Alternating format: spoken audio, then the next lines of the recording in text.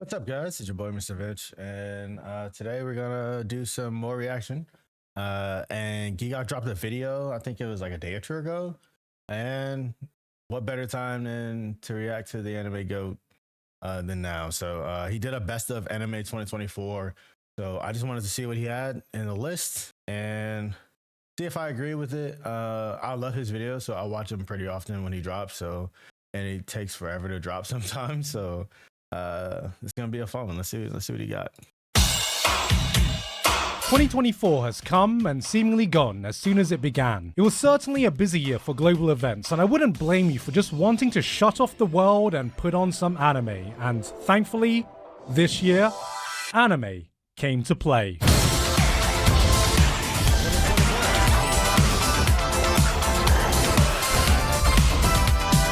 Anime just keeps continuing to soar in popularity for the better and for the worse. I still am getting used to how much of a global phenomenon it's become. School friends who never had any interest in animation will hit me up telling me they saw Dandadan. People who had never heard of a Crunchyroll will casually talk about discovering this random Japanese I'm not gonna lie, like the amount of friends that I've had that started watching anime in 2024 is insane. Like I got one of my boys to watch finally finish Naruto, and then he's binging Shippuden right now, which is freaking cool.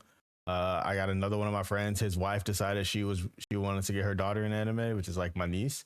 And the first anime she wanted to watch was Dragon Ball Z, which was dear to my heart. So I was like, dude, this is sick. So her and her daughter watched the whole series of Dragon Ball Z, which is insane to me. But yeah, it's such a good year for anime.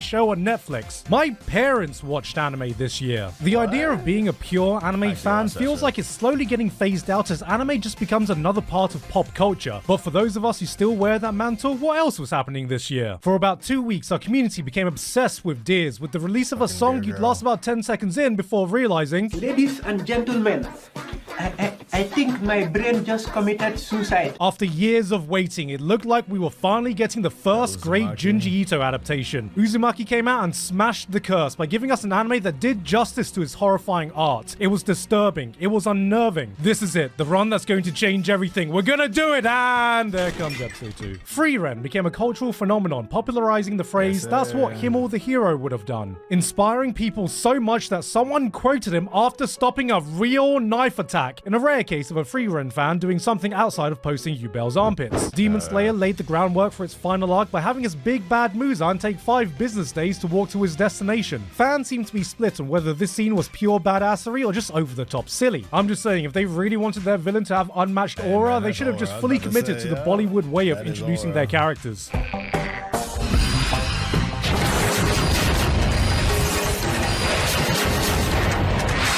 It felt like a truck full of massive manga came to the end of their serialization, which included 2 mega hits in My Hero Academia and Jujutsu Kaisen. I didn't read them, but I can say from experience that historically speaking, when a long-running massive— Wait, Noragami in it, bro?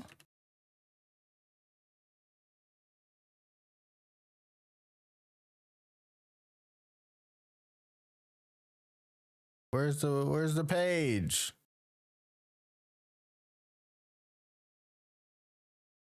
It ended? Yo. I didn't even know it ended, bro. That's crazy. Shonen Jump manga ends, it's almost always met with unanimous praise and support, and this was no different. I think my brain just committed suicide. I ain't gonna lie. JJK fans, if you haven't seen or if you haven't read the manga and you only watched the anime, Isekai became an official word in the Oxford English Dictionary, giving legitimacy to all the isekai trashmen out there. Following the news, the search was officially started to find exactly who Truck-kun's British cousin would be. Here he is now. And last, but certainly not least, we lost a legend this year in Akira Toriyama. I tried writing a longer segment for this, but nothing I wrote felt like it did justice to this man's legacy, so I'm gonna keep it short. He may not have been the mangaka that influenced me the most, but he is the mangaka that influenced the most people around the world. He inspired a generation of people, and his work will continue to inspire. Bro, Dragon Ball Z was probably the only anime growing up that wasn't like, you weren't shit on for watching it. Like, people didn't make fun of you for watching Dragon Ball Z. Like that was probably the one show that I feel like all my friends when I was a kid watched. Other stuff, probably not. But like Dragon Ball Z though, that was like childhood. Like everybody watched it. I mean, I'm kind of old. I'm almost 30, so like this is, man. For many generations to come. And for that, And what more Diamond's can you actually kinda say some heat, but bro. Like, Diamond's thank kinda some you. heat. I like Diamond.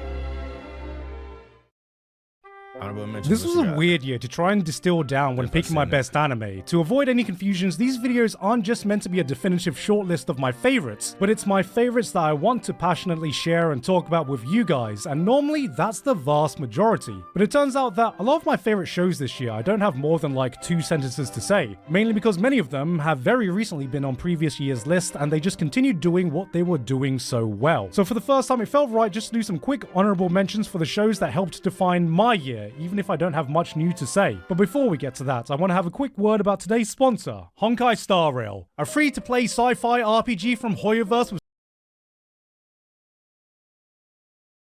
Yeah, I know how I feel about these sponsors, bro.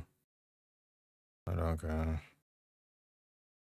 Aqua isn't the main focus, and when it can highlight other people's emotional journey through the world of entertainment. There was some fantastic character writing here, and now that the manga has come to an end, I'm sure we all have a lot to look forward to in future seasons. I think my brain just committed. Mushoku Tensei diabolically dropped one of its best ever episodes on Father's Day, then proceeded it in the most Mushoku Tensei style possible, leaving me with some mixed feelings. Not so much with the development, but more in the manner in which it was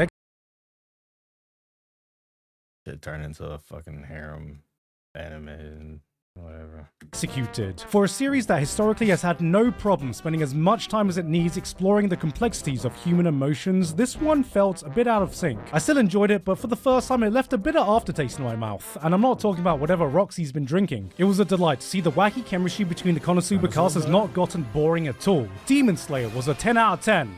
For one episode. Yep. Before that, it was the weakest season so It was far, so bad. shown by the fact that IGN not gave it a bad, 3 out of but 10 and didn't set the internet on wasn't fire. really- Even I think that's a little low, because surely this moment alone should bring it up a bit. Then there were the 2 juggernauts of last year, Apothecary Diaries and Frieren, continuing their amazing run from 2023 to 2024. I introduced my mum to Apothecary Diaries this year, thinking it'll occupy her for a good week, and I thought I liked watching anime until I walked in one day later and she looks me in the eyes and goes, "It's done." That was too short. It was at this point I realized no matter how powerful I think I am, I can never hope to match the power level of Asian mums watching their soap operas. And while I preferred the first half of Frieren that aired last year, it still continued to be a stellar show. I don't know. I think the second part was pretty gas, bro. Like I really enjoyed the second part of Frieren. I think I enjoyed it more than the first part. I like the building of the story in the first part. That was tough, but the last part, like, spoiler. I mean, the show's been out for a while, so you should. If you haven't seen it, it's on you. When she fights the clone of herself, bro, that's fucking gas. And then, yeah, gas. Arc and all. I know everyone's thirsting over this green-haired girl, but I gotta say, the old man won my heart. A mage of principle and respect, reminding us that you may be out of manner, but you ain't out of hands. Showing the young'uns how to truly pound people up. No diddy. Make no mistake, if this was a simple one-sentence list, both of these shows would have easily ended up in my top 5. And on the other end of the spectrum, there were other returning shows, like My Hero Academia. My Hero Academia was once the golden child of shonen, carrying on the torch to a new generation of anime fans to a post-Big 3 era. People loved it. People couldn't stop talking about it. The first 2 seasons of My Hero was like straight fire, bro. Like the tournament arc, the first one was just lit. Like Deku learning how to use his powers was cool, and then it just, in my opinion, it just skydived. Like it just took a hit. And then I read the manga and I finished it, and I was like, this is how we end the show. Like I just didn't agree with this. Kind of how I felt about Attack on Titan. Like, I mean, it was a great show. I just didn't like the ending. Like, but I mean, that's a fan who's been watching the show for years at this point, and you get to an ending that you're not satisfied with. But hey, the authors was satisfied with it, so I mean, can't really do much about it. Then one day, it felt like everyone woke up and just went, yo, this shit boring. Yeah. My Hero became the punching bag of jokes, while Definitely other got titles boring. rose up and grabbed the spotlight. And as time went on, it felt like those jokes turned into complaints, and then eventually those complaints turned into indifference. And while it felt like many people had given up on it, I quietly continued watching in hopes that one day it would remind me of why I loved the series in the first place. And this year, I remembered what it felt like to go plus fucking ultra.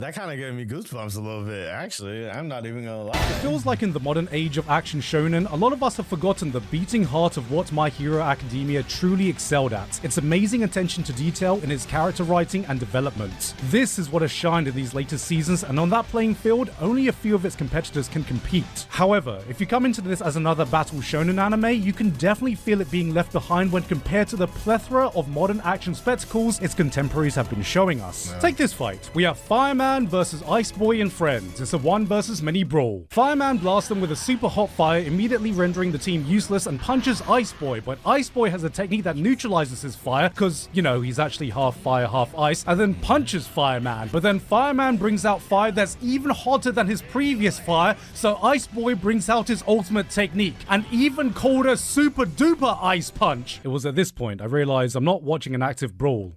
I'm watching a turn-based battle on autoplay. I know this sounds like complaints, but this is all to say that if you are able to get past all that, when you can focus on its strengths, when you see all these character storylines collide, it is able to go places few other shonen action shows are able to, and this season was a non-stop barrage of that. Endeavor facing the mistakes of his parenting, Todoroki coming to terms with his family trauma, Bakugo turned into a sympathetic boy, Ochiko proves she's more than just a good girl, Himiko proving she's more than just a crazy girl, Deku stop listening to My Chemical Romance, All Might, Hawks, Dabi, Ida. There may be hype seeing Gentle again. Gentle? Fucking what? Yo, this almost didn't feel like an tough, action bro. show. This felt like an epic soap. Because in the manga, if you read it, like the Gentle like fight or whatever, it just felt like whatever. It was just like a random character in my opinion, but his backstory is kind of tough. Like I like Gentle. Proper, where coincidentally people solve their conflicts by punching each other. It may not be doing what shonen action does best, but it is doing what My Hero Academia does best. Now, approaching the finish line to its legacy, it felt like My Hero has stood up for one last hurrah as it looked me dead in the eye and said, "Don't worry, kid."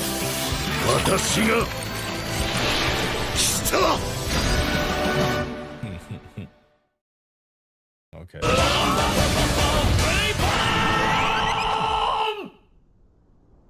Sometimes you come across a show that gives absolutely zero fucks and condenses its entire being into achieving one objective: having fun. That is Brave Bang Bravern. This is what happens when you take the over-the-top ridiculous hype of Gurren Lagann, add a bit of tokusatsu, and crash land it into the manly bravado world of Top Gun.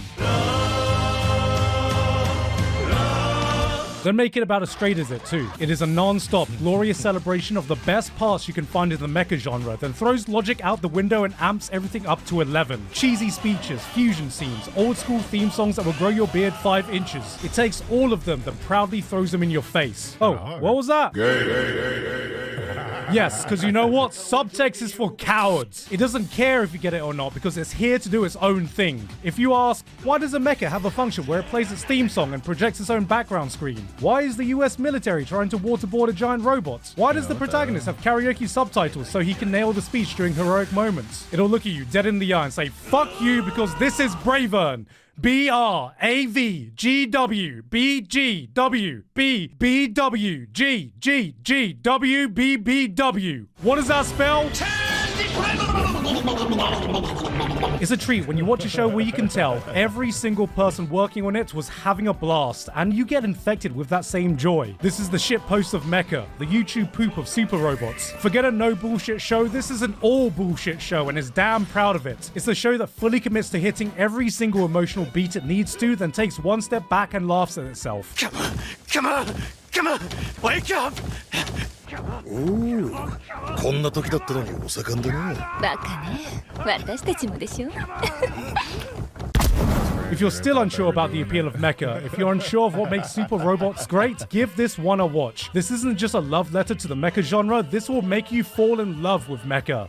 You know, figuratively speaking. Whoa. Here? No. Whoa. Here. No. Just hear me out. No. Can't hear him out, that's wild. Like many other people, watching anime can be my escape from reality, a place where you can enter a whole new world with stories that have absolutely no relation to the life you're living right now. So, what could be further from reality than a sci-fi show about alien invaders and the end of the world itself? It's the dreariest apocalypse of all time, where the world is going through an unprecedented global event. Misinformation, conspiracy theories, and finger-pointing have spread like wildfire on social media. Friendships are lost, and where people stand with the issue of these aliens. Protests begin. Public trust is at an all-time low. The only thing that everyone can agree on is that nobody can agree on what to do next. Politicians prioritize the economy over anything else. More and more, it feels like there isn't a single competent person left in a position of power, and in between all that, the series asks, what does it feel like to be a teenager? Trying your best to grasp a sense of normalcy after living through major historical event after major historical event.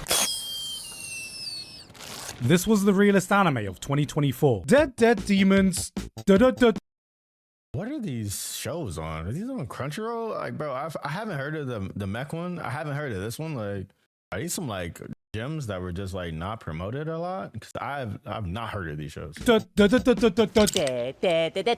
Destructions takes a different approach to the First Contact story. This isn't about an invasion. This isn't about communication. This is about people feeling absolutely lost, trying to cope with a world that seems to be crumbling around them. It's a cynical, biting look at life that sometimes felt a little bit too uncomfortably reminiscent to reality, showing us that even during an apocalypse, life has to and will go on. But there is hope, because even during a chaotic time with aliens, spaceships, and sci-fi laser weapons, only then can the true heroes of society emerge.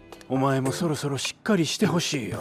父さん、SNS にはびこる私意識高いですアピールを繰り返す勘違い野郎を探し出し、心霊写真をポストし続けなきゃならないのだからな。Ah, he's finally here. Biblically accurate Twitter blue checkmark user. Oh my god.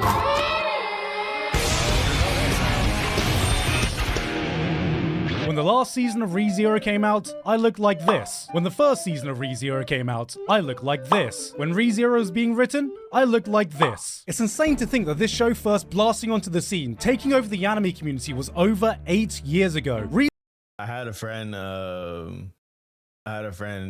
come over and she's like, oh, like I want to watch a show. Like, what do you recommend? And I put on ReZero, and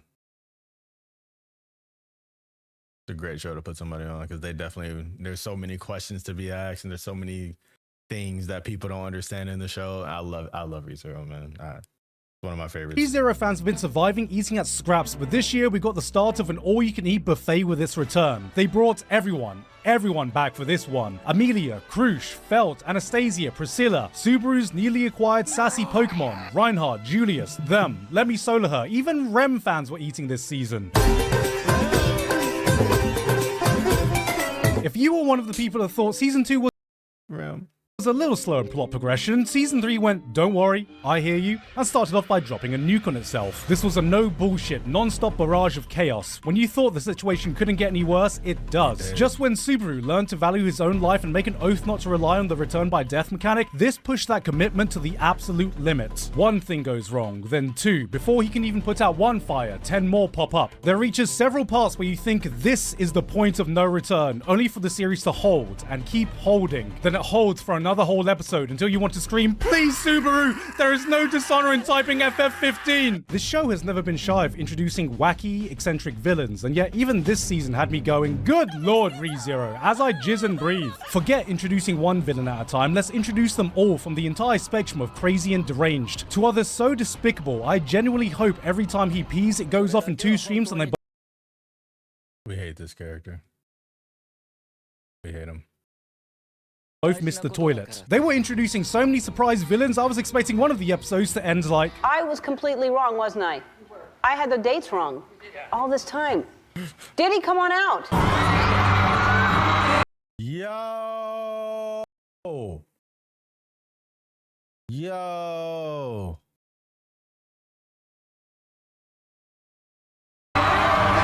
This was the action-packed season many of us asked for, and the real difference is just seeing how much Subaru is stepping up to the plate. It's been an absolute pleasure to see how much this is not the same Subaru we all recognized from the beginning, and now the dominoes are set up for him to knock them down in the most emphatic way possible in this arc's conclusion in 2025, and you We talk about character growth. I don't think people talk about Subaru's character growth enough. Like, that man's character growth from season 1 to season 3 is insane. Like, shit, from season 1 to season 2, his character growth was even such a great character. He's very, very well written. You bet your ass I'm gonna be there.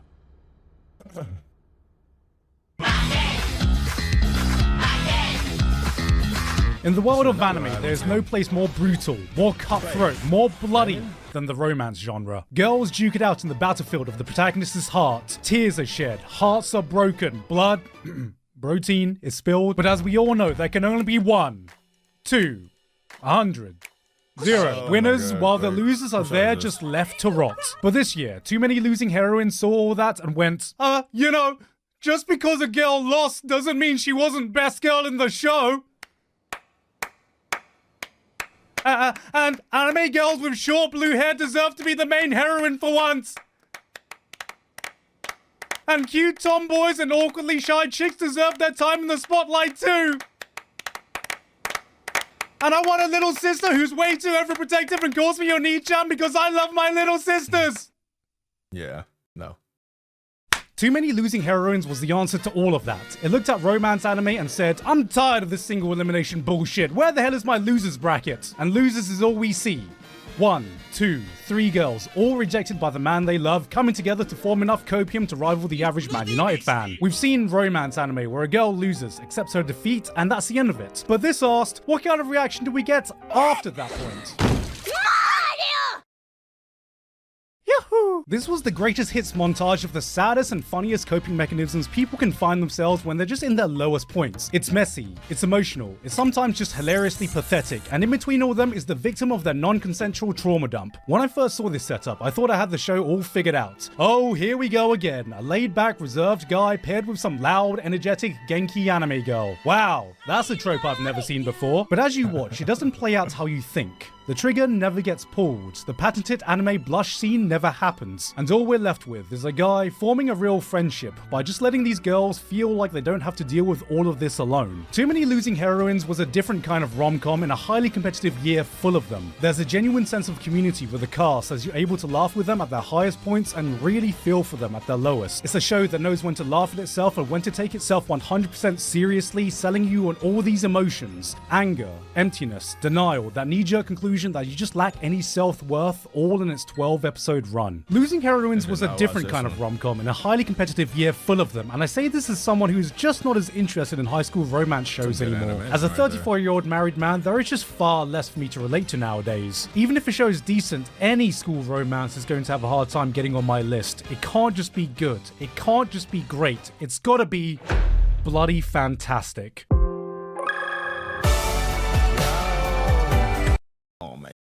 Like the cutest fucking show ever. Out of all my show, out of all the ones I watched, bro, like this is probably one of the ones that I actually really enjoy. The Dangers in My Heart is such a great show. I actually just recommended it to a friend. Modern romance anime has an epidemic. I don't know when it started, but it felt like I woke up one day and 90% of them collectively agreed to do exactly the same thing. Let's just make a guilt-free, comfy show with minimal conflict, drama, and progression, showing daily interactions of some shy guy and a girl. Except the girl has the thing. You know what I mean? The thing. Maybe she communicates in Russian. Maybe she's just legally fucking blind. Maybe the thing is that she has undiagnosed schizophrenia. Where the hell did this all come from? Some call this an offshoot of the teasing genre, some call it comfort romances, and some call it bait for lonely dudes who get no bitches and stack no paper. With how much this is all blending together, I'm starting to call this shit the isekai of the romance genre. And now I'm doubly convinced I'm never going to be able to look at one of these shows the same ever again, because The Dangers in My Heart completely blows all of them out the water. No hooks, no gimmicks. This was just the purest depiction I've ever seen in anime of two people falling in love. Now, a wise man once said, I think love is just like cringe. And you know what? I stand by that. We can do some cringe-ass shit when we think we're in love. It's that winky face you sent to that person once that keeps you up at night wondering why you thought it was a good idea. It's that corny shit we clowned on in love songs, but secretly you wanted to feel just once. It's that dumbass joke you nervously blurted out in front of them that had everyone looking at you funny and made you want to crawl in a corner and just disappear. But it didn't fucking matter when you realized that they were the only one that laughed. That is the dangers in my heart. This isn't about the chase. It's not about the will they, won't they. It's about two people slowly discovering a form of comfort that only the other person can provide. Not just someone that fills that hall of companionship, but the one person who can break down that bullshit barrier you put around yourself and accepts you for that person you're scared to show the outside world. Here are two people just genuinely becoming the best versions of themselves when they're with each other, and God, isn't that what it's all about? This didn't feel like some crush. This didn't feel like some contrived anime love story. This is romance in its purest fucking form, and it felt like they genuinely showed the journey of two people falling in love from first meet to the end, and it was beautiful.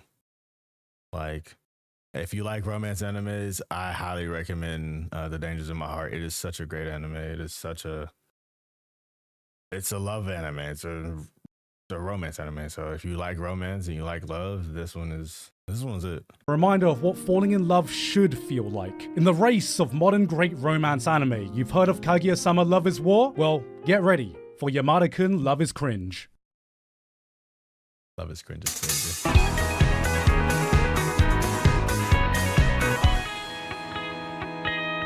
Girls Band Cry has girls in a band that... Seeing the, I think, a trailer for this, I don't like the art style, so I don't think I don't think I'll give this one a try, but maybe I will. I don't know. Let me know if you guys have watched this one. I haven't watched this one. I don't necessarily know if I want to be honest with you. Anime is not new to the girl rock band concept. It all started in 2009 with girls band Chai. 2 years ago saw the uprising of the highly beloved girls band Shy, even tangentially in shows like Angel Beats that gave us girls band Die. We know what dynamic to expect. Cute girls doing cute things, chasing their dreams, trying hard while having a jolly good time making new friends, and aww, look how adorable they are when they interact with each other. And then there's girls band Cry.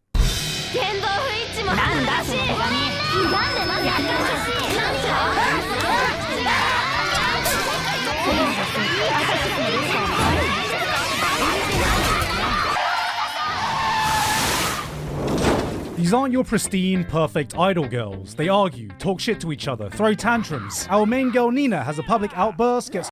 I just can't look at this and take it seriously. Like, look at how this dude's animated. Like, don't get me wrong, it's freaking really detailed. Like, you can see the shadows of both of them, and he's in the dark, and you can still see a shadow. But it just does not look appealing to me, unfortunately. Told to be quiet and calmly responds by throwing a fucking lamp at him.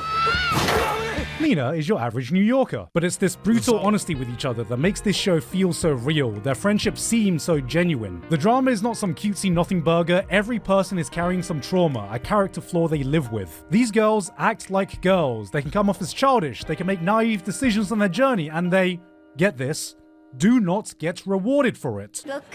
This is no fairy tale, no idealistic story about chasing your dreams. This is a down-to-earth look at the harsh reality of staying true to yourself no matter what the world is telling you. But even so, they refuse to betray their character. These girls embody the true spirit of rock, both its ups and its downs, and it's through watching their struggles do you get some of the finest drama you can find all year. Ew, isn't this CG? Alright, get the fuck over here. No! I've had enough of your shit! I get that anime fans have a Pavlovian response anytime they see CG, but this is some of the best I've seen outside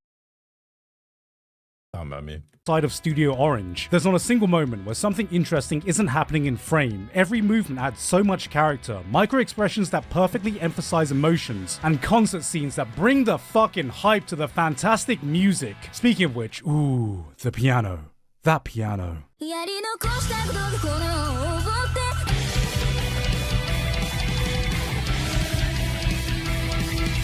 Girls Band Cry takes it back to basics. Great writing, great characters, great banter, and devious piano keys that bring joy upon my ears. Maybe I judged it too hardly.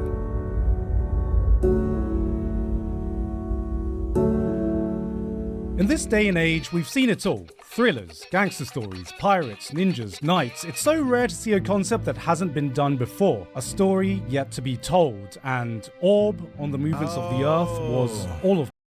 I reacted to a video about this the other day. I didn't post it yet, but It's the one when they think the Earth is flat, and the scientist dude realizes that it's not, and they execute that guy. Oh yeah. I don't know what it's called, but I definitely know the plot. That and so much more. In a time when faith was the dominating school of thought, when studying science was the Asian parent equivalent of finding out your kid wants to go to art school, what if you had to prove to everyone that the Earth isn't the center of everything, but we're actually a rock flying thousands of miles per hour through the vastness of space, held down by this invisible force you can't touch, see, or smell? Oh, you think you can do that? I bet you still secretly give Pluto the planet pass when no one's around, you lying prick. Orb isn't just the story of heliocentrism, it's a captivating tale showing how one simple idea can change the course of so many lives. An idea that just I guess I'm wrong. It's not that the Earth is flat, it's that the Earth is the center of the universe or something like that. That's what it was.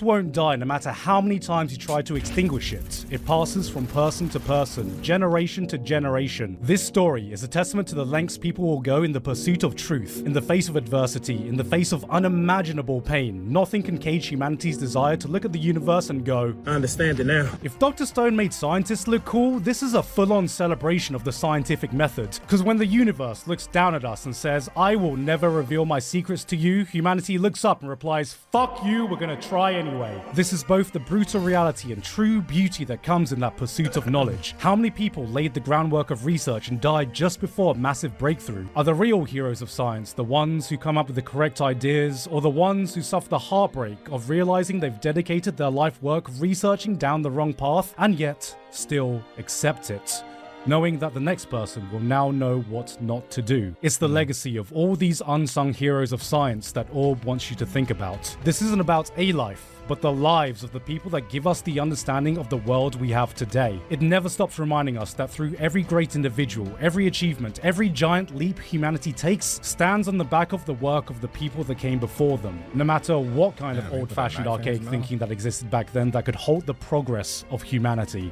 誰もが簡単に文字を使えたら、ゴミのような情報で溢れ返ってしまう。Wait, hold on a second, this guy might be onto something. It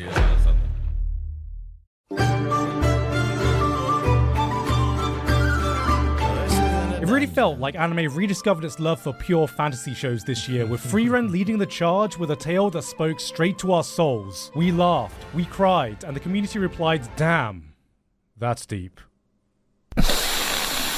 While all this was going on, another show was cooking with a different approach. It had elves, it had dragons, it had dungeons, but looked at all these monsters and went, Feast mode activated. Hashtag hungry. FeedMeMore.com. Dungeon Meshi satiated all our appetites by giving us a different kind of fantasy show, and when I saw this I thought, wow, finally, an anime where people just want to eat monsters and not want to fuck them. It presents itself as a low-stakes, comfy cooking show, then hits you with an attention to Monster Musume, yeah. detail in its world building that most fantasy anime could only dream of. From the biology to the concepts, it takes these well-known creatures and reimagines them in a way to give them a sense of credibility that makes you forget that you're watching a fictional story and not some nature documentary. It'll introduce you to these treasure bugs, insects shaped like coins and jewelry that target unsuspecting prey, and you're like, ah, okay, that's kind of like real-life bugs that can perfectly camouflage themselves in nature. 2 episodes later, we see our first mimic, and if you're familiar with fantasy, mimics are some of the most well-known monsters responsible for many of your in-game deaths, I'm sure. But here, Dungeon Meshi gives them that believability by imagining them as some giant hermit crabs that gravitate towards chests as their home. Makes sense. But then, seemingly on a totally unrelated note, a treasure bug is found near it. Then one of the characters casually mentions, oh yeah, that's because the treasure bugs lay their eggs on the mimics so the larvae feed on them and they mature in there. And then it clicks. Oh, that's why these treasure bugs conveniently find their way into chests, perfectly placed for some unsuspecting adventurers to find. And this was the exact point. My mind fully comprehended the exact scope of this world building. These aren't just random monsters scattered around. This is an ecosystem where every single thing is interconnected. There is no part that exists solely in a bubble. Every piece of this world has been carefully crafted and interwoven with a level of care that's rare to see anywhere. And you're telling me this level of craftsmanship is being used in a make-believe comfy cooking show? This is the moment when you fall into its trap. Oh! Oh! God fucking damn it. When Dungeon Meshi shows its true hand, you realize the food was simply a vehicle to prep you for what the dungeon really is. This is a brutal environment we are nowhere near close to understanding or taming. This is not your comfy fantasy world. This is a Maiden Abyss style Lovecraftian nightmare. A world that runs on its own set of rules beyond human comprehension that we have only just taken a single step into. Yet even through this turn, the series never loses its heart. The lovable leads always remain true to themselves. Marcial is still playing Elden Ring, Senshi is playing Cooking Mama, Chilchuck is playing Slay the Spire, Izutsumi just brought Stray, everyone else is trapped in Darkest Dungeon, meanwhile Laios is in the corner going, FeedMeMore.com. Dungeon Meshi invites you to have a taster of this living, breathing world, and you forget for a moment that none of it's actually real. It'll lull you into its cozy vibe and smack you round the head when you get too comfortable, and by the end of it, sits you down to enjoy another delectable meal while you reflect on the journey. In summary, I definitely recommend it as well. Got soup.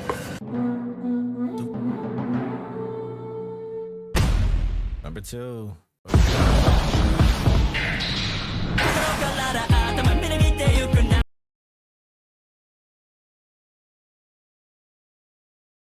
Number 2, bro. What is number 1? What is number 1? What is number 1? Dan Dan is top 2, and it's not 2. This is the best show that came out in 2024. I don't want to hear it. Best show. And it came out at the end. maybe you've been watching anime for 1 year, maybe you've been watching it for 5 years, maybe even 10, but I'm sure you remember that feeling of watching those first 10 shows. That excitement of discovering this whole new medium where everything felt fresh. It was a place that operated on its own set of rules, not bound by the ideas you were used to. There was a weirdness to it you couldn't find anywhere else, and every new episode you watched, something unpredictable lay just around the corner. I've been watching anime for 20 years, and dun dun dun, took me back to those times. Shonen Jump is a place where its formula for success has been repeated over generations, so when a new title gets adapted, we normally know what the rules are, and Dandadan starts by taking that rulebook and setting it on fire. At first you think, okay, it's another battle shonen, then you realize, hold on, it's actually a rom-com. No, sci-fi. Wait, it's a supernatural. Maybe actually it's even a horror. You go through this entire notion before it even occurs to you that 90% of this show revolves around some dude getting his balls back. This is what happens when you throw everything against the wall and say, fuck it, we ball. You could be the strongest observation haki user and still be unable to predict what happens next. When you expect it to go forwards, it goes sideways. When you say jump, it asks,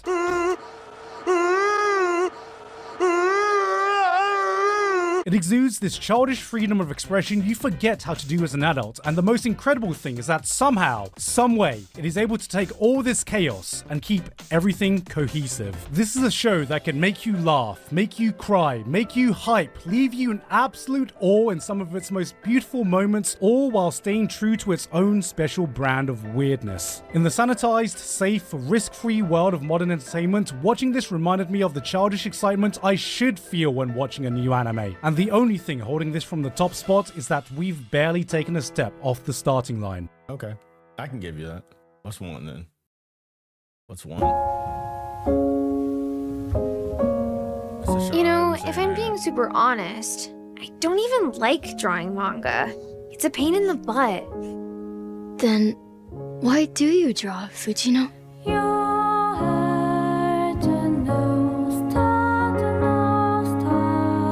If you would, for a second, indulge me on this anecdote I think about a lot. It's 3 AM in the year 1988. An audio engineer in Hawaii is picking up after a late night of work when his phone rings. On the other end was a local musician who asked if he could come in and record something. Of course, the engineer told him that he was closing and they could easily come in the next day, but the guy pleaded to let him record this idea he desperately wanted to see through. 15 minutes later, that person came in. He played one song, one take, and it was over. For years, that recording would lay dormant, only to actually be released 5 years later. That guy was Israel Kamakawiwo'ole, and that recording was his now world-famous rendition of Somewhere Over the Rainbow. This story has always stuck with me. For anyone who's ever created something, sometimes you have that project, that idea that hits you when inspiration strikes and refuses to leave. You'll think about it when you're taking a shower, when you're having lunch, when you're working on anything else. Like a parasite, it festers in your mind waiting for you to materialize it. And you know you have to see it through. Not for money, not for clout, not for any sense of personal responsibility, but because you just need to. On every single level.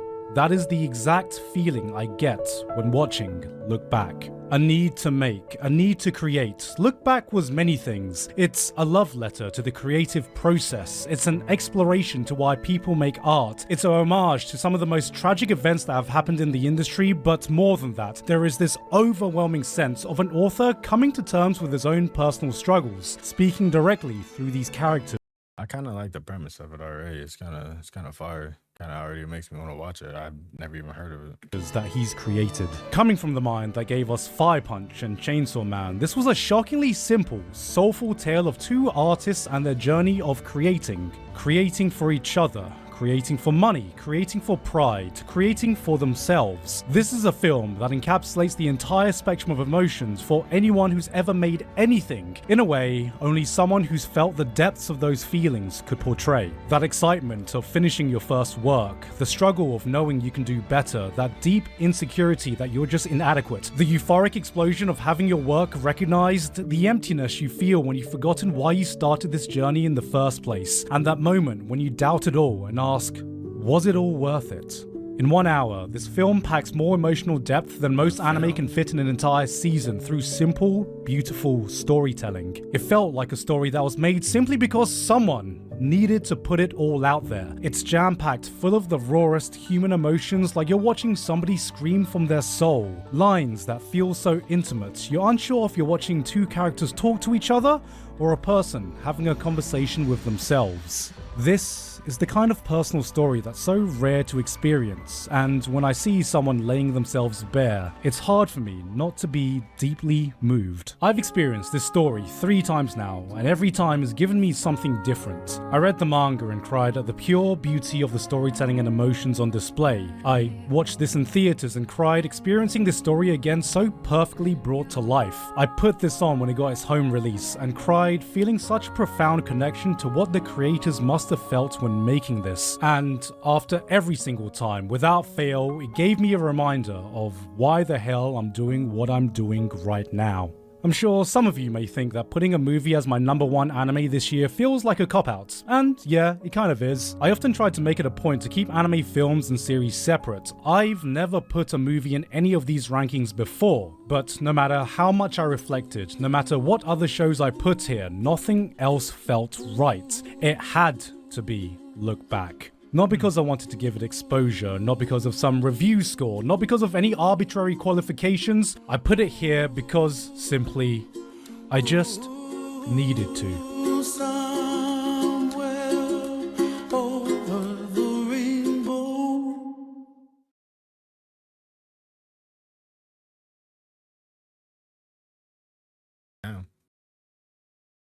Well, another good video, another good wrap up of an anime year, and a lot of those I haven't seen, a lot of those I have seen. I want to say more than half I have seen, but I want to get your guys' take on it. So, what do you guys think was the best anime of 2024? What did you what did you enjoy the most?